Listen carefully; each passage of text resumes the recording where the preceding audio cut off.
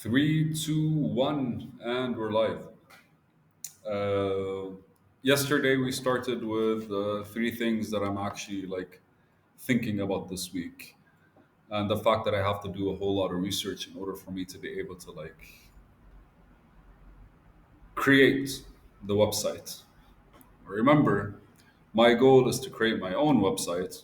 This for me is a job, which is basically like a call for my professionalism and my integration with the online world. And I figured, man, it will ease the way because the goal is to be able to like work with people, understand people from a more online basis because I tend to look at society more from like the physical sense. And I have been detached from society for about I want to say 10 years, or detached from the online society or society as we see it for 10 years. I've been like living in a beautiful place, West Africa, and where access to internet is available. But let's face it, most of the work is on ground, and most of my work was with companies, with farmers, with like NGOs, with communities. It was more engaging with these kinds of things. So the three things that I promised myself to be researching this week was how to manage professionally, basically, your business partners, because you have to engage with them in a certain way where they don't stress you or throw their stress on you, or there's a lot of things that could happen, man. And the conversations sway because there's no actual point that's guiding it. And I realized that's something that I actually have to like look into, guiding points in a conversation. It's a note for myself. I also decided yesterday to like record the video, watch it, take my notes, and then the second video afterwards, I'd actually have a complementary video to what I was saying before instead of the videos being random. It felt like video one and two were very random. If anyone ever manages to get to minute 2:15 or 2:16, please let me know how bad things are going or what are the things that I could actually look into. Like, there's a lot of shit you can research. Like, YouTube is just grandiose. Articles, everything is just there's a lot of things, a lot. So, so managing partners. Uh, it seems like most of my since most of the work is laying on me, and by most of the work, as in like building the website, building the design. We actually had a guy, graphic designer, that gave us the initial colorings of the design and the initial theme. We used his creativity for that in order for us. Like, it's a lot of thinking, and somebody else making the decision makes my life easier and makes us all just like nod an approval or go like, I don't like it. We forget how much effort goes into creating something, and it takes us like a minute to say yes or no to it, but the concept itself like is built by trains of thought that go everywhere. And that's something I started learning when I was designing my website, because like I had to like the person that was helping me with the brand, that was building the brand for me, had a whole lot of questions which I thought were very much explained by me. So I took it upon myself and I actually started writing them down. And I did the same thing for this website, which is the actual e-commerce store. But anyways, now it's my duty to transfer whatever it is that's on my mind in a very systematic way to the people that are expecting results. And naturally, since I'm doing this from scratch, I don't know the timelines that I need to give them. Like, I'm working on this. Okay, when will it be done? I have no idea. Like, I'm literally researching everything from A to Z. Like, I'm going through every single thing you need to do to open a Facebook account, and a business Facebook business account, and a Meta account. And there's the ad manager, there's the business suite, and there's Pixel that manages your people and the people that visit your store on Facebook. And then you have to connect them together. Like, there are simple steps. The technology is there, and that's the beauty, and that's why like it makes sense for this to end up working, simply because there's a lot of things that you could actually get when it comes to data that you could integrate in your thought process towards reaching a successful point in your business. So step by step, I have to be able to like include these partners and but I am not able to like focus on one thing at a time because the whole is in my head. And maybe that's something I need to work with. I need to work on, sorry. Maybe that's something that I need to engage with on my own and be like, okay, no, no, you have to finish this. But to finish this requires a couple of days. And the thought process, the way I think and the way I see my mind is you think of something, and then after a certain period of time, specifically for me, it becomes redundant. Like you either need new information or you need to let the information out.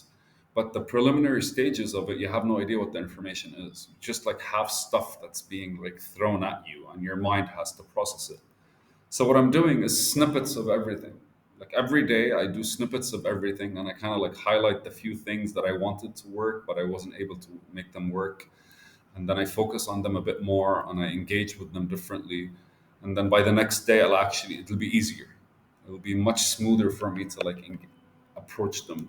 It'll be much smoother for me to be, why? Because like, just thinking about them for a while and actually trying many things. The next day, you know what not to try, and you know the times where it worked, where it didn't work, all the cute stuff. So I figured I have to like set up some form of plan for them, which kind of like illustrates what I've been trying to do. But that alone is like a completely different thought process and a completely different separation from the work that I'm doing already. Like when you're sitting in front of the computer and getting things done is different than when you're, I don't want to say reporting, because you have to plan what you're going to do and how you're going to explain it to the partners. And then after you're done, you have to report what happened after you're done. I don't know if I should do both or should just do one. For now, I'm kind of like able to handle the situation by having conversations with them about how when we're discussing stuff, we have to like. I'm using the fact that we have to order stuff, and by the time they come, they arrive. By the time the stuff that we order arrive, right now we're still at the sampling stage. So the samples just arrived today. And so now we actually have to have, like, for the next couple of days, we have to test out the samples, we have to check things. These are the things that actually matter right now.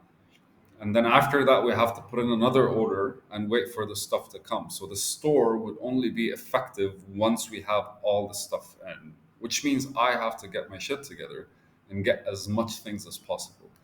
So far, that's what I've been using. That's what I used actually in order for me to be able to kind of highlight these are the points where things start becoming different. Until then, whatever I do when it comes to the business only matters when the stuff is here, because then I'll be able to see how far I've progressed and how many elements I should have like noticed. But again, most of the stuff we're doing right now is mundane. Like I'm researching what Facebook ads are about. I'm researching what how to deal with Meta. I'm researching email marketing, and I'm thinking of different kind of like content in order to be able to like email people, because you kind of have to design them properly.